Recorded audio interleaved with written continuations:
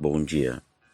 Que a graça e a paz do Senhor Jesus Cristo seja em sua vida, no seu lar, em seus negócios. Quero agradecer a Deus por permitir entregarmos nossas primícias a Ele e juntos desfrutarmos de mais um dia dessa palavra que se encontra na segunda carta aos Coríntios, capítulo 10, versículos 3 a 7 e 17 e 18, que diz: Porquanto, embora vivendo como seres humanos, não lutamos segundo os padrões deste mundo, pois as armas da nossa guerra não são terrenas, mas poderosas em Deus para destruir fortalezas. Destruímos vãs filosofias e arrogância que tentam levar as pessoas para longe do conhecimento de Deus, e dominamos todo o pensamento carnal, para torná-lo obediente a Cristo. E estaremos preparados para repreender qualquer atitude rebelde assim que alcançardes a perfeita obediência. Por ora, observais tão somente a aparência externa dos eventos. Se alguém está convicto de que pertence a Cristo, deveria considerar este fato. Assim como essa pessoa, nós também somos propriedades de Cristo. Apesar de tudo, quem se gloriar, glorie-se no Senhor. Porquanto, quem se vangloria não será aprovado, mas sim aquele a quem o Senhor recomenda. Cuidado com a lábia do diabo. Tenho observado há alguns meses que algumas condutas não remetem ao que sai da boca, ou seja, é muito dito, mas pouco praticado, muito julgamento e pouca atitude de mudança, muita desculpa e pouco posicionamento, muito apontar de dedo e pouco amor. Por quê? Uma das coisas principais é agradar aos outros, pois quando a atitude essa sempre será a quebra de princípios. E uma vez o princípio quebrado, desencadeia inúmeras ações e atitudes que vão condicionar o ser humano a viver novamente sua velha vida. Pois o Senhor não quebra princípio, muitas vezes ele cria aquilo que não existe para manifestar a glória dele. Pois algo que temos que refletir é sobre a nossa condição em Cristo. Pois quando confessamos com a boca que Ele é o Senhor e Salvador da nossa vida, e cremos, temos que compreender que os nossos pecados foram perdoados e, portanto, vivemos uma nova vida. Mas existe um porém. Como? Primeiro, entendendo que toda semente que é lançada na terra morre. Assim nós também morremos, como afirmado na carta aos Gálatas, capítulo 2, versículo 20, que diz: Já estou crucificado com Cristo, e vivo, não mais eu, mas Cristo vive em mim. E a vida que agora vivo na carne, vivo pela fé no Filho de Deus, o qual me amou e se entregou a si mesmo por mim. Para que haja vida, tem que haver morte. Jesus morreu e ressuscitou para nos reconciliar com o Pai. Toda semente morre para enraizar e começar a brotar.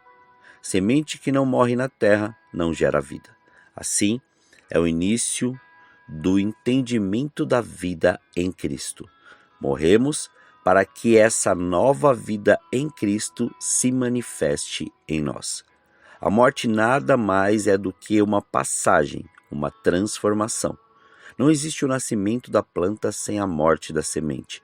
Não existe o dia sem a morte da noite. Não existe borboleta sem a morte da lagarta. Isso é natural. A morte nada mais é do que o ponto de partida para o início de algo novo, o presente. É a fronteira entre o passado e o futuro. Enfim, todo o processo de crescimento e de conhecimento exige que matemos o nosso eu interior e o passado, para, a partir daí, podermos deixar nascer e brotar o nosso eu interior e presente. E qual o risco de não agirmos assim? O risco está em tentarmos ser duas pessoas ao mesmo tempo, perdendo o nosso foco, comprometendo nossa produtividade e, por fim, prejudicando nosso crescimento e identidade. Muitas pessoas não crescem porque ficam se agarrando ao que eram, não se projetam, se preparam para o que desejam ser ou para o que serão se continuarem a agir dessa mesma forma. Elas querem o novo de Deus, sem abrir mão da forma como pensavam ou como agiam. Acabam se transformando em projetos inacabados, híbridos, e se tornam adultos infantilizados e imaturos. Jesus dá certeza dessa morte quando nos relata no Evangelho segundo João, capítulo 12, versículo 24 e 26, essa verdade que diz: na verdade vos digo que, se o grão de trigo caindo na terra não morrer, fica ele só, mas se morrer, dá muito fruto. Se alguém me serve, siga-me, e onde estiver, ali estará também o meu servo. E se alguém me servir, meu Pai o honrará. Uma semente vive, floresce e produz fruto e vida com abundância, mas não enquanto não tiver sido lançada no solo e passar pela morte. Assim também sucedeu a vida de Jesus e assim deve acontecer com a vida de todo homem.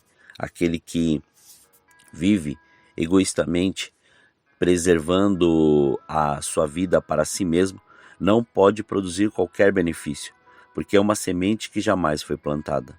Naturalmente, o Senhor Jesus fala aqui outro sacrifício, uma espécie de plantio do próprio eu, bem como a forma de morte do eu. Esse é o princípio básico no serviço cristão de uma vida verdadeiramente produtiva.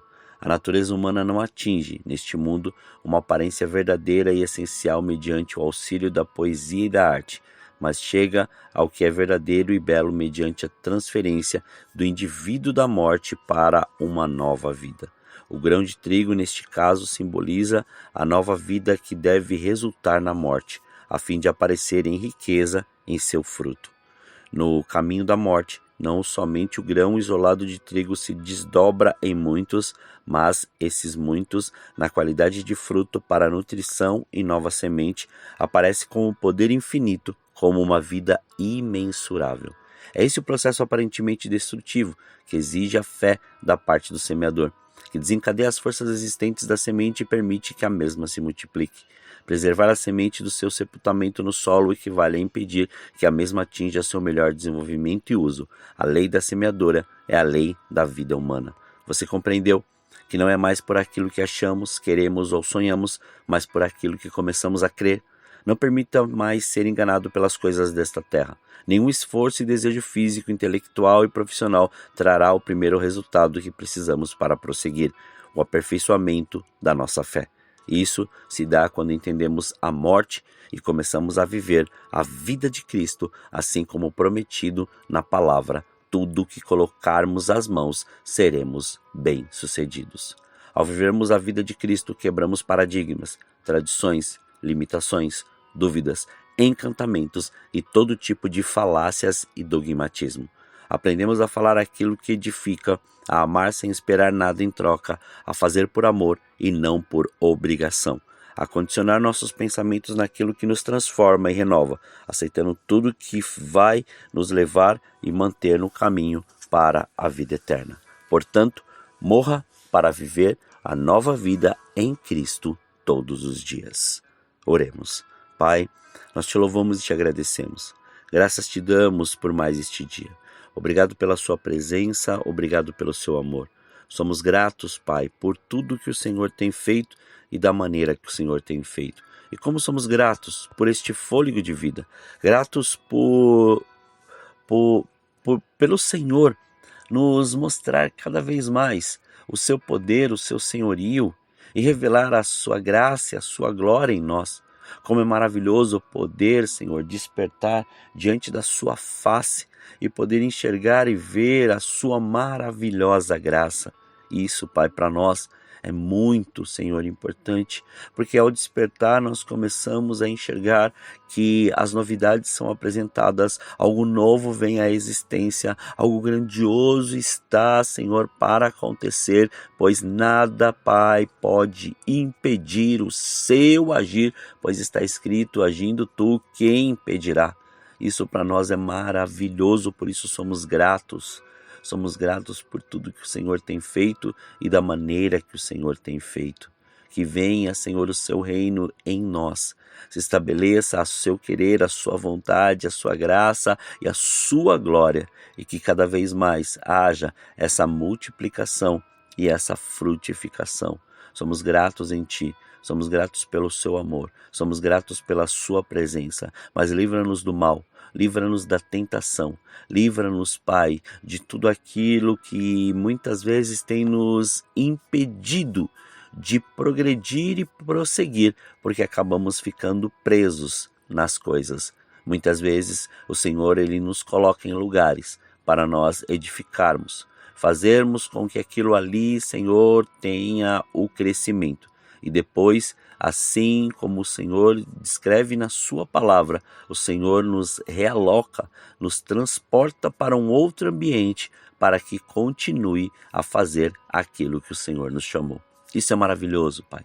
Isso é grandioso, Senhor. E por isso nós queremos continuar sendo aquilo que o Senhor preparou para nós nesse tempo. Graças te damos, Pai. Consagramos tudo que temos, tudo que somos. Consagramos este dia, os nossos sentidos, consagramos nossas palavras, consagramos tudo diante do seu altar para que o seu nome continue sendo glorificado, exaltado e engrandecido em tudo que fizermos. Muito obrigado, assim oramos, em nome de Jesus.